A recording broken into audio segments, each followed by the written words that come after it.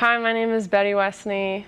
I accepted Christ when I was little. I asked my dad, because he always told me with my mom, it's a relationship, you need to have a relationship with God. And it's like, okay, so how do I get that? I want one. So he's like, okay, just, repeat after me. And, he said a prayer, accept Christ into your heart, and tears were shed and we were all crying. So that's how I accepted him. But being little, I kind of never really understood it. I just thought okay, I did it, now I'm good. I'm all set. So I still had Christ in my heart, but he was on the back shelf. The door was kind of closed, so I just knew he was there, but just didn't address it. So I really kind of struggled with that even up until college, because I would have him with me, but I wouldn't really turn to him with hard times and try to handle it by myself. I wouldn't say, hey God, I really need your help right now. How do I do this? And I would never really talk to him. I never kind of knew how to do that.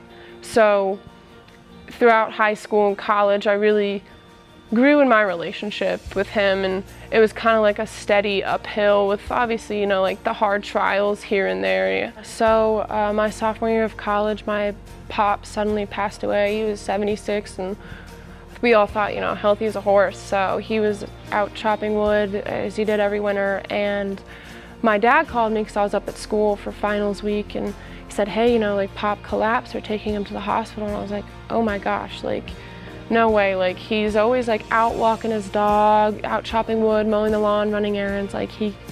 What the heck happened? So I was studying and hanging out with my roommates when my dad called again. I was like, oh, hey, he's just checking in, how's Pop? And he said, he just burst into tears and said Pop died. He had a heart attack. And I just started crying hysterically. He was my first grandparent that passed away, and my first really big loss. And I didn't even know how to handle it, and let alone I was alone up in school.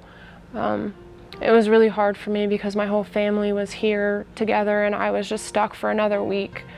God was just telling me, okay, but think of how happy he is right now to be with me in heaven. And my mom always says, well, when people pass away, think of the party God's throwing, it's a big party up in heaven. Everyone's rejoicing, they have eternal glory with God now. And as sucky as it may be, God has a plan, and he can really use me to help others. And, you can put your identity in him, and he's in control, and he has a plan. So I just completely trusted in him and said, all right, you know what?